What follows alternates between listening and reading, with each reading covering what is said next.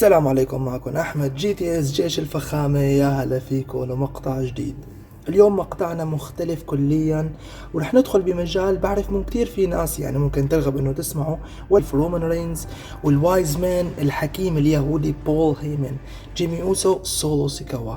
البلود لاين بفترة وباء كورونا، وبعد ما شفنا رومان رينز رجع للحلبات بشخصية ذا هيد اوف ذا تيبل، راس الطاولة، وبعدها شفنا انضمام ابن عمه جاي اوسو، وبعدها فترة كان اضافة جيمي اوسو.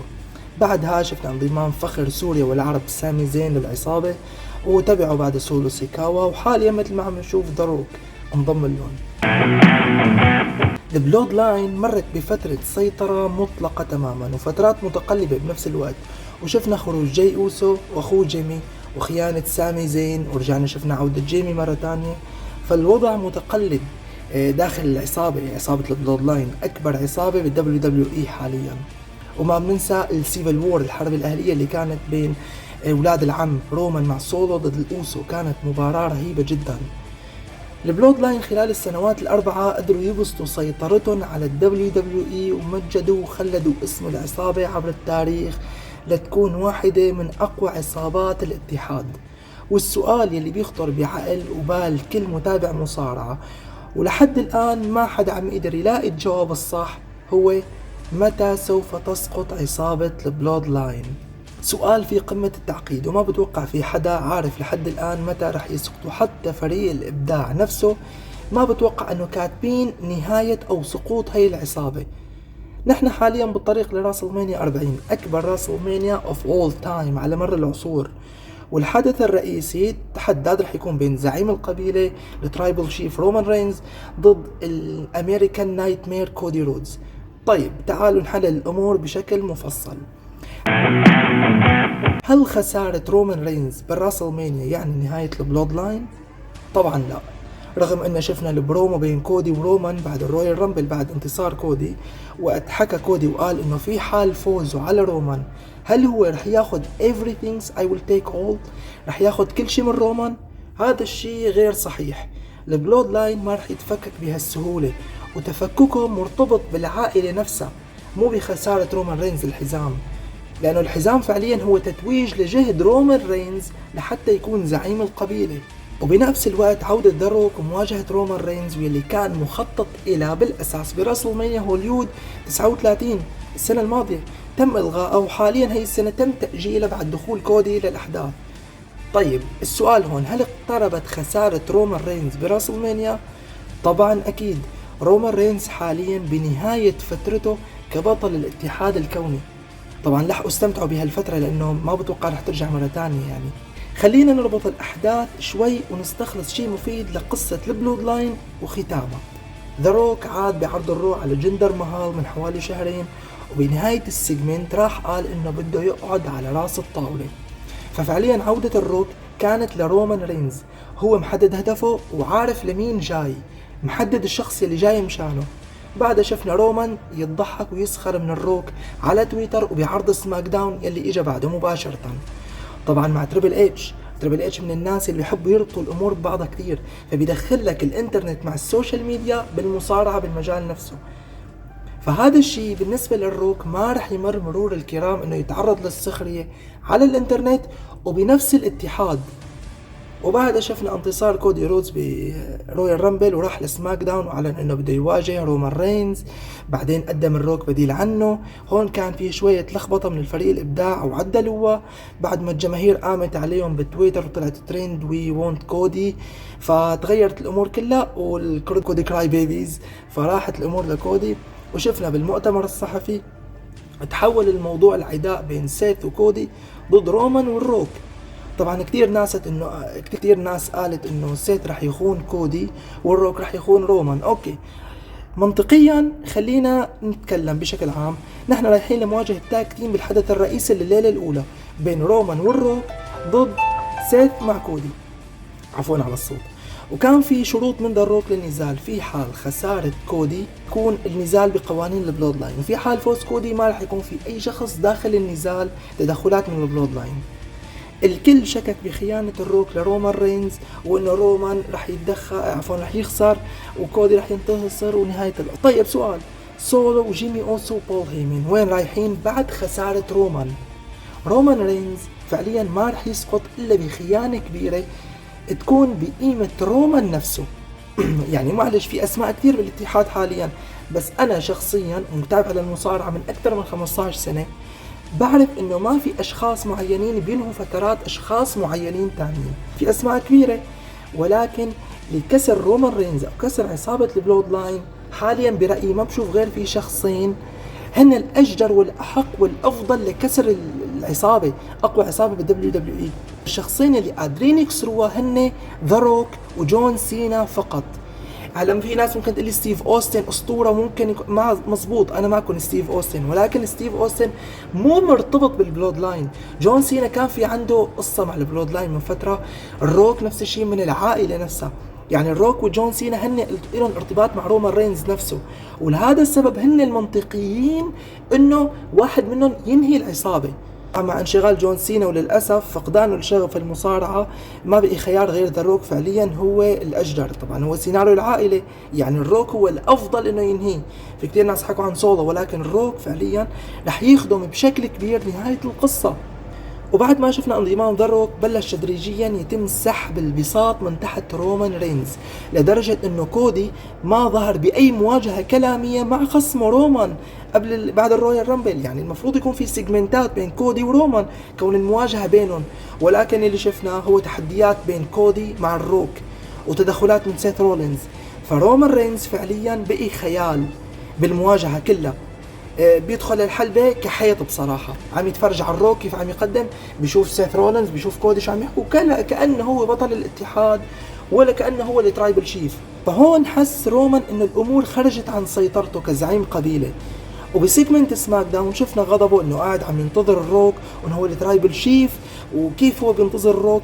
شفنا ردود افعاله وصمته ولا كأن رومان رينز ايام زمان اللي كان على الميكروفون يحطم خصومه يدمرهم ويعصب وبيعمل سيجمنتات رهيبة. وهون كانت الثغرة او الضربة اللي ما كان حدا متوقعها. راح رومان رينز طلب من ذا روك الاعتراف به، acknowledge me، وكانت القشة التي قسمت ظهر البعير. رومان رينز ضرب بعرض الحائط كل ما كان تم بناؤه من ذا روك، وكل ما كان بده اياه كان هو غروره. كل اللي بده اياه كان رومان رينز هو غروره انه يكون هو زعيم القبيله حتى على الروك شخصيا. طبعا ذا روك شفنا انطباعات وجهه بعد ما طلب منه الاعتراف في رومان رينز، وعرف ذا روك فعليا انه المنعطف اللي دخل فيه كان غلط. وحتى ابن عمه رومان رينز بيبدي مصالحه الشخصية على مصالح العائلة، والدليل على هذا الشيء وقت الاعتراف حكى ذا روك وقال my family، عائلتي، I acknowledge you. فهو حكى انه عن العائلة. ذا روك اخذ الامر لمنحى عائلي من يوم راسل مانيا كيك اوف وقت كودي رودز تهجم على عائلة الانواي، عكس رومان رينز يلي همه غروره انه هو الترايبل شيف. فرومان رينز اخذ منحى شخصي، بينما الروك كان اخذها منحى عائلي. ذا روك عرف انه الطريق اللي رايح فيه غلط، قرر او من الاساس شفنا ملامح النهايه بوجه ذا روك لما انصدم من كلام رومان رينز. فالخطه بالنسبه للروك اتغيرت بلحظه ما. بالنسبه له الروك خلص راح اعترف برومان رينز واعطاه اللي بده اياه، I acknowledge you as my tribal chief. ولكن خلاص الشق صارت موجوده بين رومان والروك. وفعليا اذا بدنا نفكر ذا روك رجع، فهو رجع مشان رومان رينز، رجع يشيل عنه زعامة القبيلة، ما رجع مشان حزام الاتحاد الكوني او لأي سبب كان. ذا روك رجع مشان الزعامة. قبل شفنا ذا روك بمقابلة حكى فيها وقال انه if Roman Reigns is the tribal chief the head of the table I'm the table، هو الطاولة رح يكون. ولكن يلي صار بعد هذا الشيء انه كودي رودز دخل على خط مواجهة ذا روك ورومان رينز. فذا روك ذكي فهمان شو يعمل، عرف كيف يلعبها صح، وقرر انه يتخلص من كودي وبعد سيث رولينز، وبعدها بيكمل مع رومان رينز على الزعامة. ذا روك بالسيناريوهات يلي المفروض عم تنكتب من شانه مختلفة تماما يا جماعة عن باقي المصارعين، حتى لو كانوا وجوه الشركة رومان او سيث. فما رح يكون يطلع بشكل ضعيف او ممكن ينهان مقابل الطرف يعلى على حسابه رومان رينز سيث رولينز كودي رودز، لا، رح ينكتب سيناريوهات معاكسة، وانه الروك بيعرف يتصرف وكل حدا بيعطيه على قده بالسيناريو وبالسيجمنت اللي بيطلع فيه. لانه الروك مو اسم كبير بس بالدبليو دبليو اي، الروك اسم كبير برا الدبليو دبليو اي وبهوليود وبالعالم كله. فنهاية البلود لاين اتوقع على هذا الشكل، وركزوا معي منيح لانه 90% اتوقع هذا الشيء اللي رح يصير. الحدث الرئيسي لليلة الاولى رح يكون بين كودي وسيث ضد البلود لاين تاج تيم. اتوقع يصير مشاهدات كلامية بين الروك ورومان رينز، وممكن نشوف رومان رينز يتسبب بالخسارة وتثبيت الروك تحديدا، يعني الروك اللي رح يتثبت تثبيت رومان بالنزال انه يخسر رومان رح يحرق نتيجة الليلة الثانية مباشرة. خسارة رومان خلص انحرقت الليلة الثانية. وخسارة فريق كودي وسيث كمان برضو خيار سيء، لانه وقتها رح نعرف انه البلود لاين رح يتدخلوا بالليلة الثانية، سولو، جيمي، الروك، فرح يتسبب بخسارة كودي. الروك رح يتثبت ويخسر فريق البلود لاين. رومان ما رح يهتم للموضوع، he don't care about this. نزاله مع كودي رح بتكون تدخلات كلير. ذا روك ما رح يمر عنده هذا الامر مرور الكرام، ورح يتحول انتقامه من كودي لرومان. خلاص هو انتهى من كودي، دخل معه بمواجهة وخلاص مشي الحال. الحدث الرئيسي لليلة الثانية كودي رودز ضد رومان رينز على لقب WWE Universal Heavyweight Champion. نزال نظيف بشكل كامل، كودي يوصل فيه للتثبيت والجماهير تتحمس، وممكن نشوف خيانة رولينز مثل ما قالوا كثير ناس، بس ما بتوقع هذا الشيء لانه في شيء تاني مخطط لإله. بول هيمن يتدخل يشوش على كودي مثل العادة، نشوف مثل سيناريوهات البلود لاين يضربوا بالحكم والحكم يموت مثل عادته بالارض. فجأة يظهر ذا روك من بين الجماهير، يطلع للحلبة، يعطي وحدة روك بوتوم لرومان رينز، وممكن نشوف حتى بيبولز إلبو عليها، ما في مشكلة. السيناريوهات سبق وشفناه بنهاية راسلمانيا 27 بين جون سينا ودميز، يوم تدخل دروك وتسبب بخسارة سينا للحزام وبناء عداوتهم لسنة قادمة براسلمانيا 28. تخيلوا. وبعدها بيحط ايد كودي رودز على جسم رومان رينز، بيشتمه بكم كلمة انه هو الترايبل شيف الحقيقي، I'm the real tribal chief. يطلع من الحلبة 1 2 3.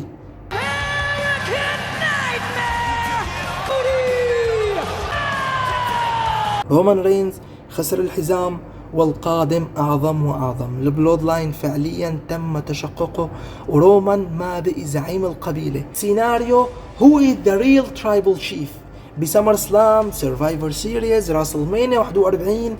ما بعرف كيف رح يكون، ولكن هو نزال زعامة القبيلة.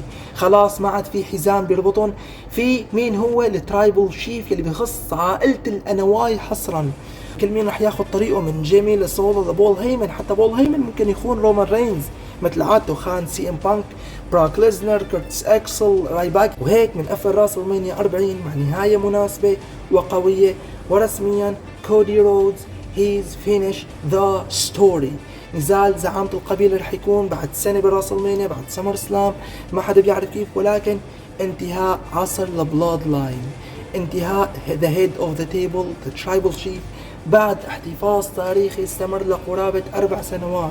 ونروح لبداية جديدة مع كودي رودز، ممكن مع درو ماكنتاير بقسم الرو وعصر. طبعا بالنسبة لي هي توقعاتي بشكل عام لراسلمانيا. هذا هو مقطعنا اليوم. ما تنسوا، كان معكم احمد جي تي اس. ما تنسوا تحطوا لنا لايك، ما تنسوا تكتبوا لنا ارائكم بالتعليقات. شو بتتوقعوا لنهاية الراسلمانيا كيف. السلام عليكم.